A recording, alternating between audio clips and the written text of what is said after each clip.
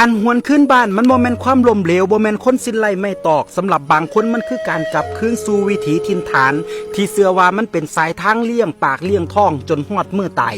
บ่รวยก็สร้างไผสิว่าต่ำต้อยตกต่ำก็ตามเขาอย่าไปสนใจสิ่งที่เฮาควรให้ค่าคือใจเฮาเองถ้าอยู่หม่องใดแล้วสุขบ่เดือดร้อนคนอื่นก็เฮ็ดก็สร้างไปตามวิถีของเฮา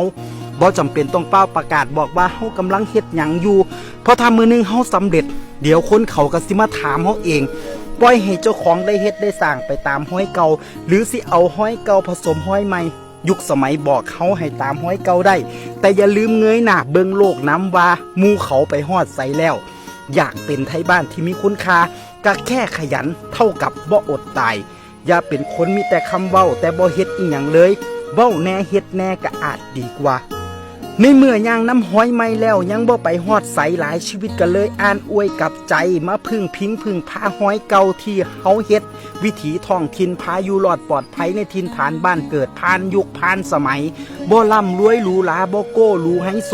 แต่เป็นวิถีที่เฮ็ดให้คนบ่อดตายมาแล้วนับบ่ถ้วนการออกข้างบ้านแล้วกลับมาอยู่มันก็บ่ได้เฮ็ดให้คนลำบากสู่คนดอกถ้ายังขยันทำมาหากินขนาดผู้เฒ่าผู้แก่น้ำบ้านก็ยังบ่หยุดเฮ็ดงานอีพออีแม่ออกเฮ็ดเบียกอยู่ซุมือเลี้ยวแรงมันยังไหวหัวใจยังสู้บ่ฮู้สิหยุดได้จังใดถ้าบ่ไหวอีหลีพุ่นละวะจังได้เซาลูกเต้าออกไปเฮ็ดงานมีเงินส่งกลับมาก็บ่แม่นว่านั่งขอนอนขอรอรับเงินส่งเงินโอนอย่างเดียวดอกพากันเฮ็ดกันสร้างอยู่คือเก่า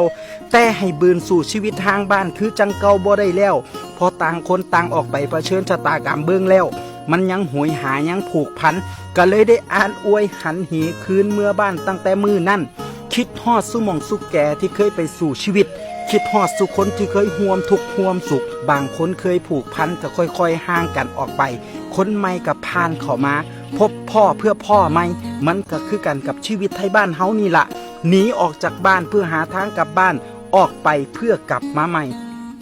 อาชีพส่วนใหญ่ในบ้านเฮาใจบ่ฮึดใจบ่สู่ใจบ่ฮักอีหลีเฮ็ดบ่ได้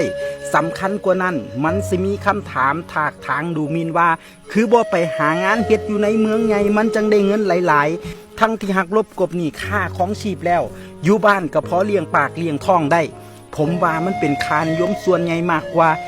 ทั้งที่หลายคนก็เฮ็ดให้เห็นนะว่าถ้าขยันเฮ็ดหลายอย่างสร้างหลายสิ่งอยู่บ้านเฮาก็อยู่รอดปลอดภัยแต่ค่านิยมก็ยังมองว่าอยู่บ้านมันบ่มีกินอย่ามาเตะฝุ่นอยู่บ้านคนขี้ข้านสำนั่นล่ะสิเป็นแบบนั้นเพราะถ้าคนขยันเขาบ่เตะฝุ่นแน่นอน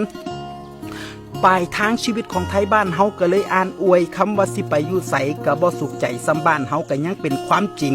สุดท้ายบ่ว่าสิโบยบินไปหากินไก่ปานใดดนปานใดเฮาสุคน